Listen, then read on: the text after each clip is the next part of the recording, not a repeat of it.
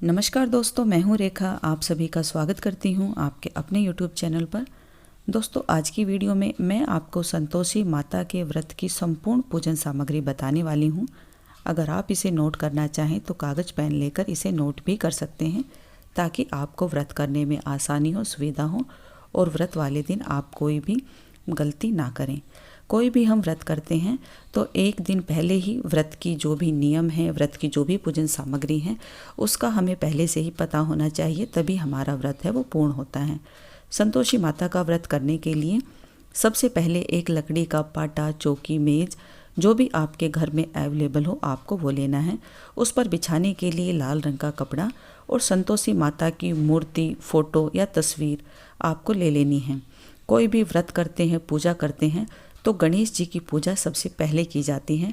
तो इसी के साथ में आप गणेश जी की मूर्ति, फोटो या फिर सुपारी पर कलावा लपेटकर गणेश जी का स्वरूप मानकर भी आप संतोषी माता के साथ गणेश जी की पूजा कर सकते हैं। इस व्रत में कलश की पूजा करने का, कलश रखने का भी विशेष महत्व है।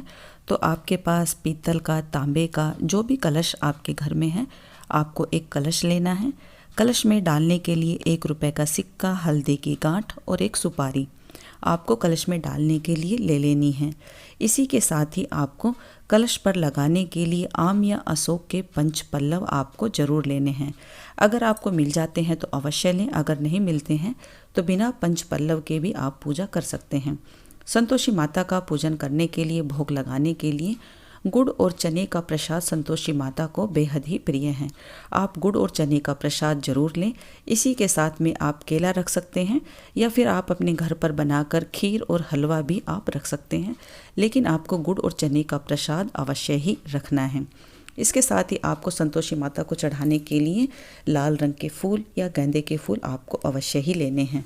धूप बत्ती, कपूर, चावल, हल्दी, रोली, सिंदूर, कुमकुम, रक्षा सूत्र, मोली, कलावा जिसे आप बोलते हैं, क्योंकि कलश पर लगाने के लिए, और वस्त्र रूप में गणेश जी को, माता संतोषी को वस्त्र रूप में अर्पित करने के लिए कलावा भी आपको अवश्य लेना है।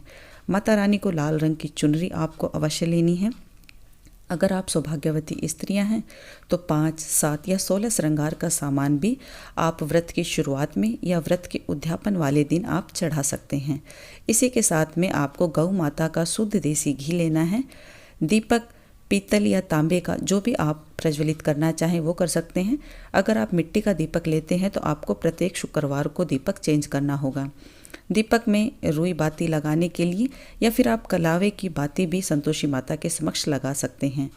व्रत की शुरुआत में या फिर उद्यापन वाले दिन आपको पानी वाला, जटा वाला नारियल संतोषी माता के समक्ष आपको अवश्य ही अर्पित करना है, और उसी दिन आपको उस प्रसाद को खोलकर अपने परिवारजनों में वितरित कर देना है। इसके साथ ही संतोषी माता को दान दक्षिणा आपको अवश्य चढ़ानी है। आपकी श्रद्धा सामर्थ्य हो उसी के अनुसार ही आप 5 रुपये से लेकर 101 रुपये तक दान दक्षिणा आप संतोषी माता के लिए अर्पित कर सकते हैं। शुक्रवार संतोषी माता व्रत की कथा और साथ में ही माचिस, ये संपूर्ण सामग्री मैंने आपको बताई है। आपने एक कागज़ पर नोट भी कर ली होगी ताकि आपको व्रत करने में आसानी हो। संतोषी माता का व्रत आप चाहें तो कार्तिक, बैसाख, माघ या सावन के महीने से आप शुरू कर सकते हैं, या फिर किसी भी महीने के शुक्ल पक्ष के पहले शुक्रवार से आप संतोषी माता का व्रत शुरू करने से 3 महीने के अंदर आपकी मनवांछित मनोकामना पूरी होती हैं। इस तरह से जब भी आप संतोषी माता का व्रत करते हैं तो खटाई का परहेज करें। खट्टी चीज़ों का आप त्याग करें, जैसे कि पनीर, नींबू पानी, दही, लस्सी, टमाटर, आंवला, इमली, बेर, जामुन, इन चीज़ों का आप त्याग करें।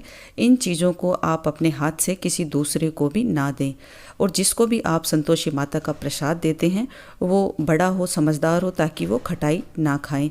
ऐसा आप करें। अगर आप किसी को प्रसाद देते हैं व्रत वाले दिन, या फिर आप ऐसा करें कि प्रसाद आप शाम के समय जब आप खाना खाते हैं उस समय पर आप स्वयं प्रसाद खाएं, और जो भी प्रसाद बचता है उसे गौ माता को आप खिला दें, क्योंकि संतोषी माता के व्रत का प्रसाद जो खटाई खाते हैं उनको भी नहीं देना चाहिए। ऐसा करने से भी आपका व्रत खंडित हो जाता है। संतोषी माता का जब भी आप व्रत करते हैं तो संतोषी माता के प्रति पूर्ण रूप से आस्था रखें, व्रत के नियमों का पालन करें। जब भी आप कोई भी व्रत करते हैं तो दिन में किसी दूसरे की निंदा, बुराई, चुगली भूल कर भी ना करें। दिन में ना सोएं, सूर्य उदय से पहले उठें, दोनों समय पर पूजा करें और इसी तरह से आप अपने व्रत के नियमों का पालन करें। निश्चित तौर पर आपकी संतोषी माता मनोकामना पूरी करती हैं। आशा करती हूँ कि यह वीडियो आप सभी के लिए उपयोगी होगी। अगर आपको पसंद आए तो लाइक और सब्सक्राइब अवश्य करें। मिलती हूँ इसी तरह की एक महत्वपूर्ण वीडियो के साथ। तब तक के लिए जय माँ संतोषी।